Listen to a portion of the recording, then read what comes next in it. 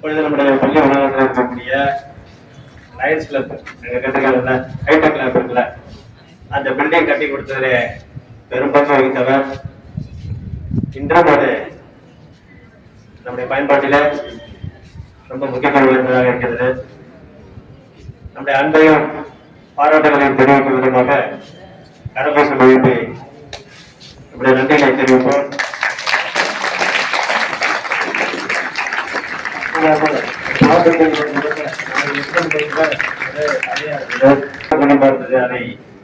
தலைப்பட்ட அமைத்து கொடுத்தவர் அவரை இங்க பேச அழைக்கிறேன்.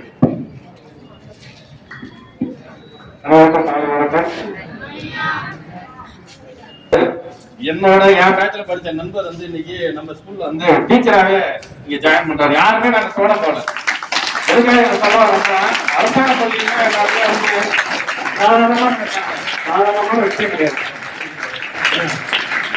ரெண்டாவது வந்து உங்களுக்கு வந்து திருக்குறளை பத்தி சொல்லிட்டு இருந்தாரு பாருங்க, விளக்கம் கொடுத்துட்டு இருந்தாரு பாருங்க. அவர் வந்து என்னோட ஆசிரியர் அப்படின்றதுல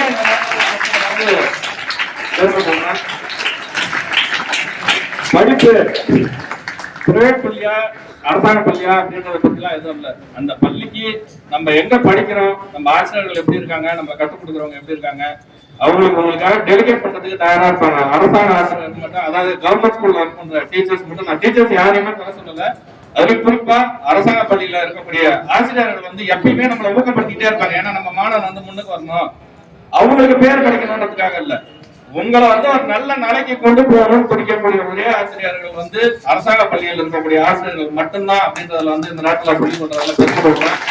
அதுக்கெல்லாம் நாங்களே ஒரு முன்னுதாரணமா இருக்கிறோம். நாங்களே வந்திருக்கோம், இன்னைக்கு அட்வொகேட்டா இருக்கோம், அட்வொகேட் கமிஷனர் போர்டுன்னு சொல்லிட்டு டிஸ்ட்ரிக்ட் லெவல்ல வந்து இன்னைக்கு ஒரு பதவியெல்லாம் வாங்கியிருக்கோம். அப்படின்னா ஒரு நீதி அரசர் வந்து எங்களை நியமனம் பண்ணக்கூடியவர், சாதாரணமா நியமனம் பண்ண முடியாது. அந்த நீதி அரசர் வந்து இவங்க வந்து டிசிப்ளின் ஆளால இவங்கள்ட்ட கொடுத்தா இந்த விஷயங்கள் கரெக்டா இருக்கும் அப்படின்னு சொல்லிட்டு எங்களுக்கு கமிஷனர் ஆஃப் ஓத்துன்னு சொல்லிட்டு ஒரு விஷயத்த கொடுப்பாங்க. அதுக்கு அந்த மாதிரி எல்லாம் ஒரு சில திறமையானவங்க வெளியே வந்திருக்காங்க அப்படின்றத பாத்தீங்கன்னா அரசாங்க பள்ளியில படிச்ச மாணவர்கள் தான். அதனால என்னைக்குமே நீங்க வந்து உங்க ஆழ்த்தி மட்டும் இடையே போட்டாதீங்க, உங்களாலையும் சாதிக்க முடியும். ஆசிரியர் சொல்றத நல்லா கவனிச்சு கேளுங்க.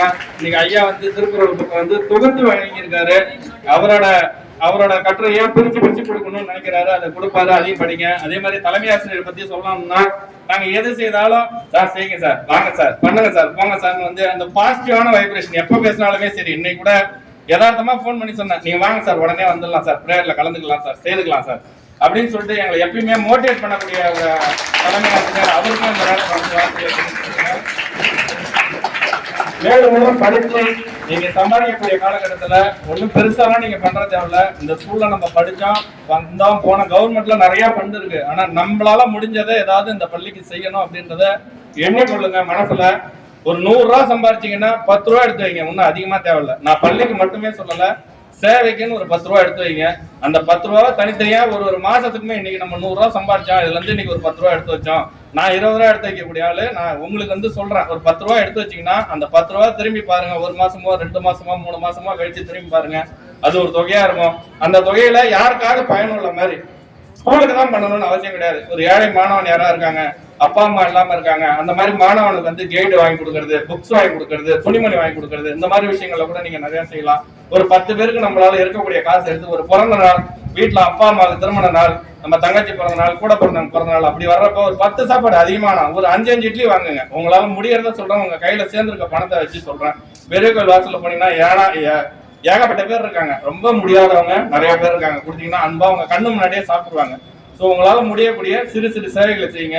எங்கெங்கெல்லாம் வந்து கருவேலி மரம் இருக்கோ, முடிஞ்சா ஞாயிற்றுக்கிழமை வாக்குல, இது வந்து வேலையா நினைக்காதீங்க, நம்மளோட கடமை. இது வந்து கருவேலி மரத்தை முடிஞ்ச வரைக்கும் சுத்தம் பண்ணி அந்த இடத்துல ஒரு பொங்கல் மரமோ வேப்ப மரமோ அந்த மாதிரி மரம் தேவைப்பட்டுச்சுன்னா 7 அடி உயரத்துக்கு மரம் நாங்க வளர்த்துக்கிட்டு இருக்கோம். உங்களுக்கு வேணும்னா அந்த மரத்தை கூட நாங்க ஃப்ரீயா தர்றதுக்காக தயாரா இருக்கிறோம். சார் இந்த மாதிரி இந்த ஏரியா இருந்து சார் ஒரு போட்டோ எடுத்துருங்க, உங்க ஹெட்மாஸ்டர் சாருக்கு அனுப்பிச்சிருங்க. அந்த போட்டோவை திரும்பி முடிச்சுட்டு, சார் இந்த இடத்துல எனக்கு இத்தனை கண்ணு தேவைப்படுது, கொடுத்தா நாங்க இதை வச்சு காட்டுறோம் சார், வளர்த்து காட்டுறோம் சார் அப்படின்னு சொல்லி ஒரு சேலஞ்சிங்கா பண்ணுங்க. நாங்க இது வரைக்கும் 1 லட்சம் கண்ணு மரம் காட்டுறோம். நான் மட்டும் நடல, சேர்ந்து சின்ன சின்ன விஷயமா நான் ரொம்ப போர் அடிக்கிறதுல உங்க வயசுல நானும் இப்படிதான் உட்காருவேங்க. நிறைய பேர் வந்து பேசுவாங்க, பேசுறப்ப அப்படியே கேட்டுக்கிட்டே இருப்பேன், செய்யலாமா, நம்மளாலையும் செய்ய முடியுமா அப்படின்னு நினைச்சேன். ஆனா என்னோட அரசு பள்ளியில இருக்கக்கூடிய ஆசிரியர்களோட ஊக்குவித்தால இன்னைக்கு இந்த இடத்துக்கு நான் இருக்கிறேன்றத சொல்லிக்கொள்ள பெருமைப்பட்டு, மேலும் மேலும் இந்த பள்ளிக்கு நான் என்ன எவ்வளவு நாளும் செய்யறதுக்கு கடமைப்பட்டிருக்கேன்றதையும் சொல்லிக்கொண்டு வாய்ப்பு நடத்தி